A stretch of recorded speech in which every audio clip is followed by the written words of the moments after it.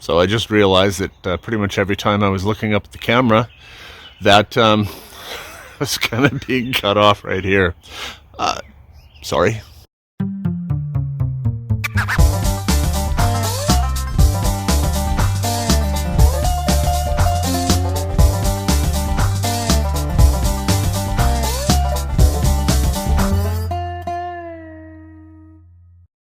So I've talked about how I wanted to do things a little differently with my fuel system.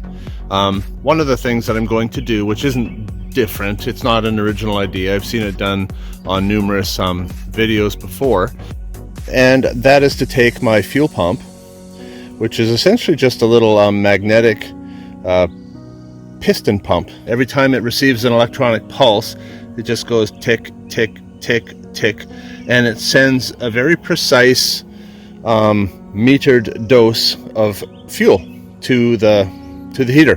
But because it's all metal in here, it's actually quite heavy. It makes a ticking noise. And so what I am going to do today is enclose it in a box to see if it'll actually make it quieter. If you look carefully on the side here, you can see it says 12 volt, 22.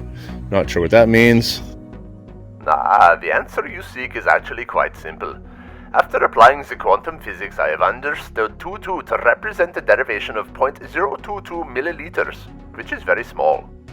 ABBA, maybe that's the guy who made it, not sure, but you do see the arrow to tell you the direction of flow.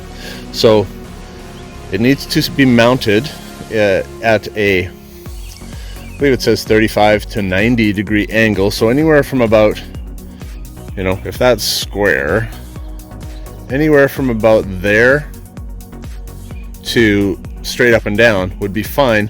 The reason being is because you want to eliminate any air pockets in the actual fuel pump. If it was sitting level like this and the fuel is just flowing through it, it can create an air bubble in the top here.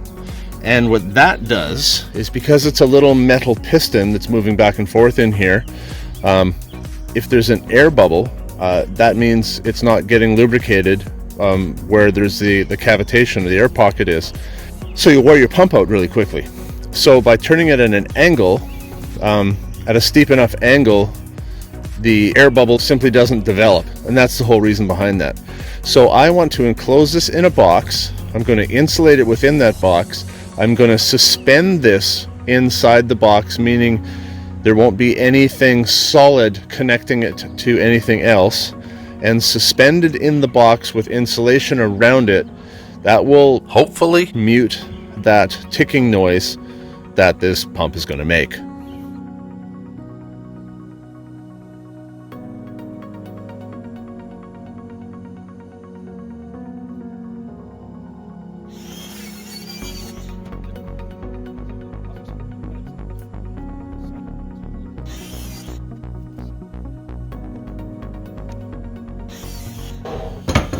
Okay, so that is going to be the size of the box. You can see my breath here still.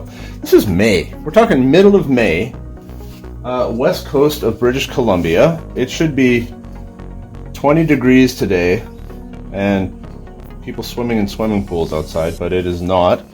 You can see your breath in the air. So what is up with that?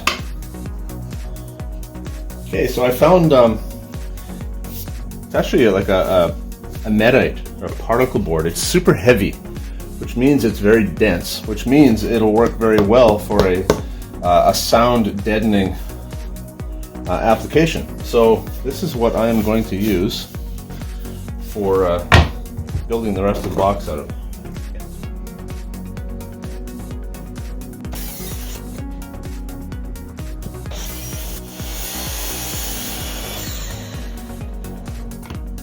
Slow down at the end there, just because if you rush it, you don't get as clean a cut. By taking your time and moving slowly through it and letting the blade do the work, you get a much cleaner cut.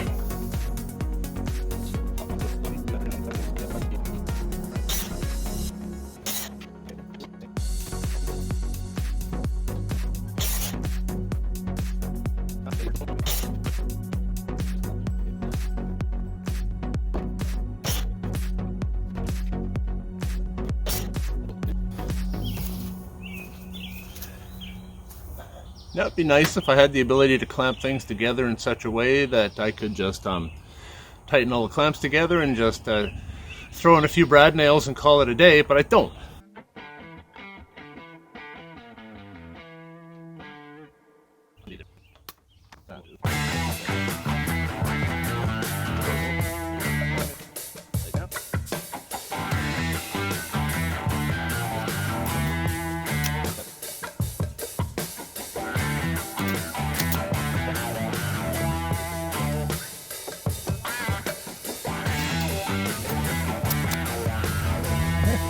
We have our box. So I just realized that pretty much every time I was looking up at the camera, that was kind of being cut off right here. That's what happens when you have no budget and can't afford a camera person. Okay, true confessions time. Well, nothing to confess to yesterday, but I built a second box, and here is the reason why. It just felt like I was a little bit tight for space, and so I decided to make a second box. They're very close in size. If I measure them, this one is 7 inches long, the one I made first. This one is 7.5, and 5, and 5.5. A half an inch might not seem like much, but it gives me a 1/4 inch all the way around.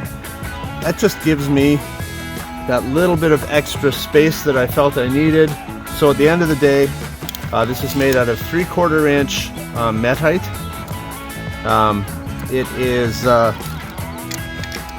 3 3/4 inches deep, and the outside measurements are 7.5 by 5.5. Got a little more room for clamping. The better I can clamp it, the better it's going to perform.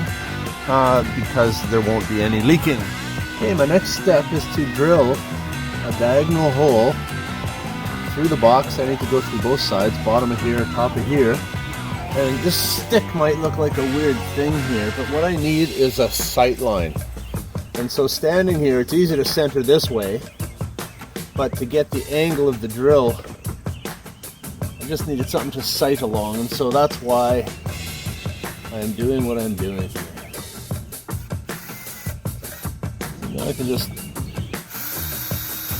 sight the angle along the bottom edge of the little stick here, and that gets me very close. Okay, now I can just grab a larger bit. I'm going up in steps because ultimately where I want to get to is matching the size of this piece of fuel line right here.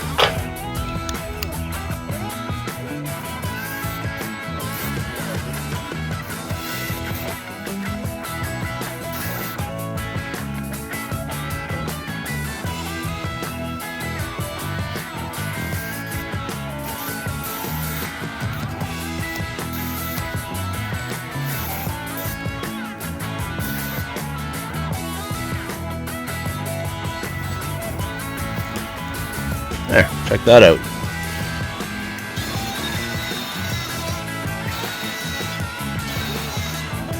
Well, this is fairly protected up underneath the trailer where it's going to be mounted. I think I'm going to throw a coat of paint on here on the outside just to give it a little bit more weather protection. But before I do that, I'm just going to pre-drill where I want to put my screws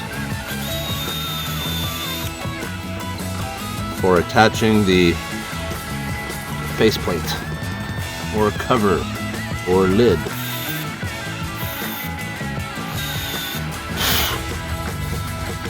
Alright, now I can paint it.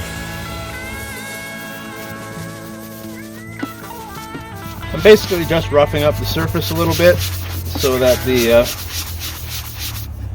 paint has a better chance to adhere, something to bite into.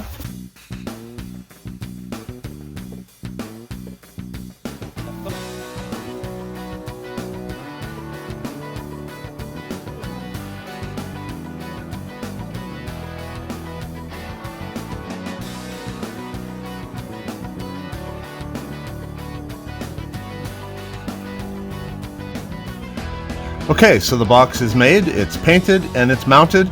Next steps, I'm going to insulate it and put the fuel pump in. So first I have to grab a little insulation.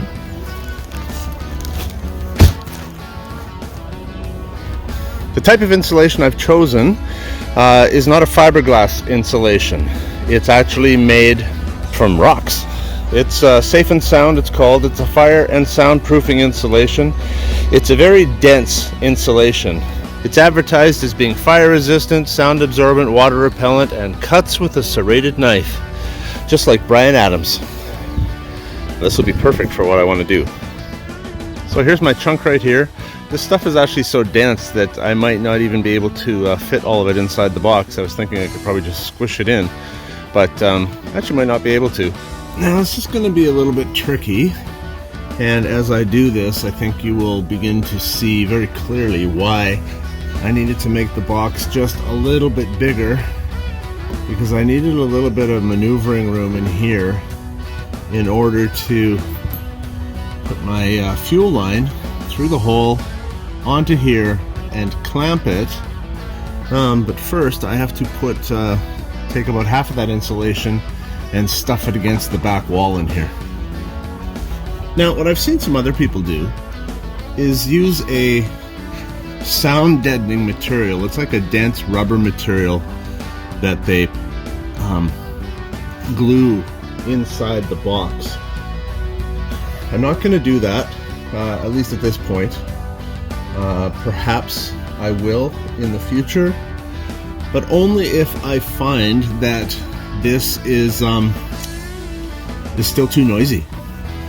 I'm not going to take a decibel reading, because that really doesn't tell us anything from a functional, practical standpoint, does it? I mean, I get a number if I took a decibel reading, but that's all I got is a number. What really matters is how much sound transmits up into the trailer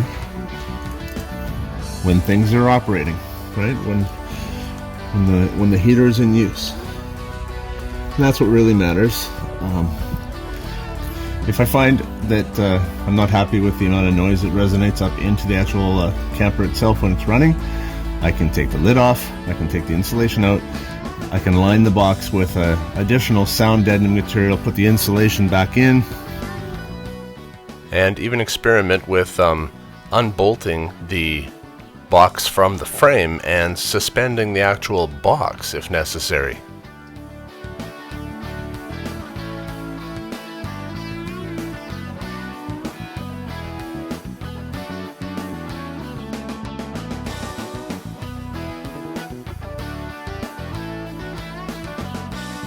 it's in.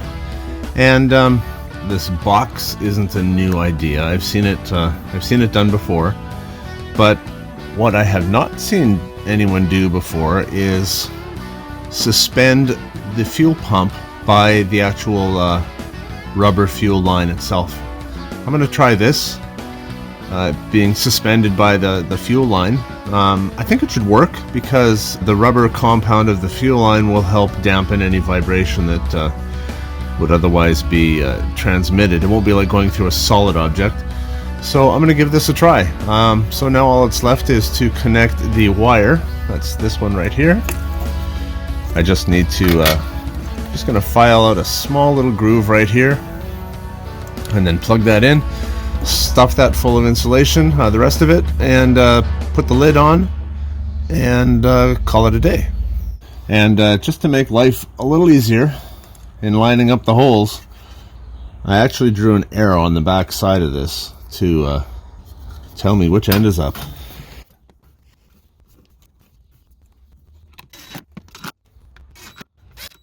Now you know how to build a box, stuff it with insulation, and put a pump inside.